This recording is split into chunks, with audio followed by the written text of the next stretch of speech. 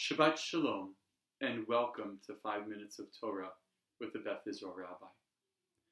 This past Rosh Hashanah, I spoke about the concept of sacred space.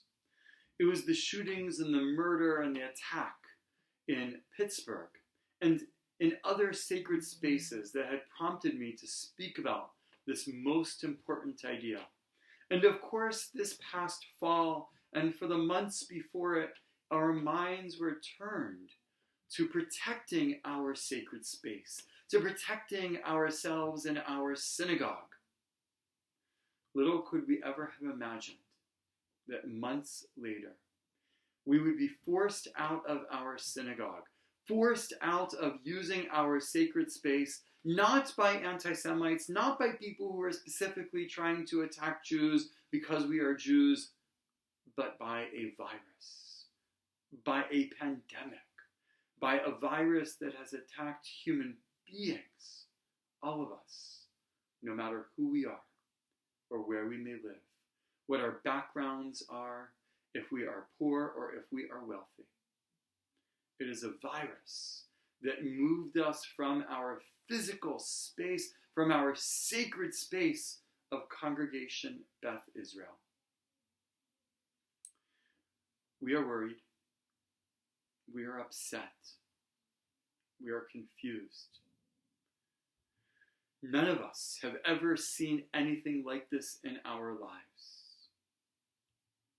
And the one place we would like to be, the one place we yearn for, is a sanctuary, is our sacred space. But unfortunately, we cannot be there at this moment.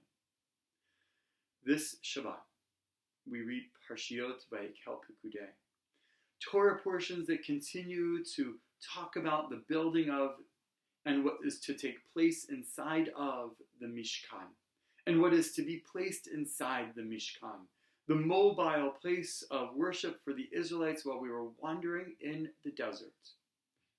It is all about sacred space and the use of sacred space. Previously in the Torah, we learned that once the Mishkan was to be completed, it says that God would reside b'tocham, that God would reside within it. But it's a little confusing because the Hebrew is actually in the plural, so it literally means that God will reside within them. It doesn't seem to make sense. And so rabbis traditionally have understood b'tocham not as being that God will reside within it, but literally that God will reside within them. That once we have built the Mishkan, once we have completed the sacred space, it doesn't just become a resting place for the divine, but an opportunity to inspire all of us to seek something higher, something greater, for all of us to seek God, to bring God and comfort and spirituality into our own lives. That is the purpose of the sacred space. It doesn't matter if we are within it or if we are outside of it. Whatever we can do in order to connect with God and to be inspired by our sacred space is what is important.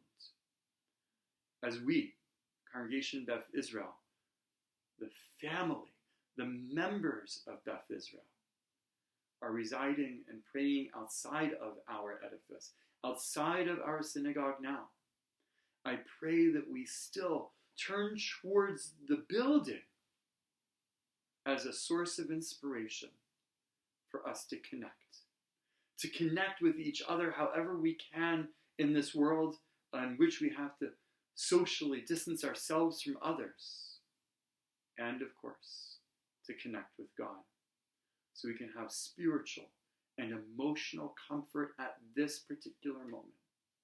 And that is exactly why we at Beth Israel continue to go on. We continue to go on with our daily services. We will continue to go on this Shabbat to celebrate a bat mitzvah in the cyber world. We will continue to meet and to socialize with each other in the cyber world and on telephones. We will connect. We will make sure that together, as one family, we will make it through this most difficult and challenging time. Shabbat Shalom. Please, Please remain healthy.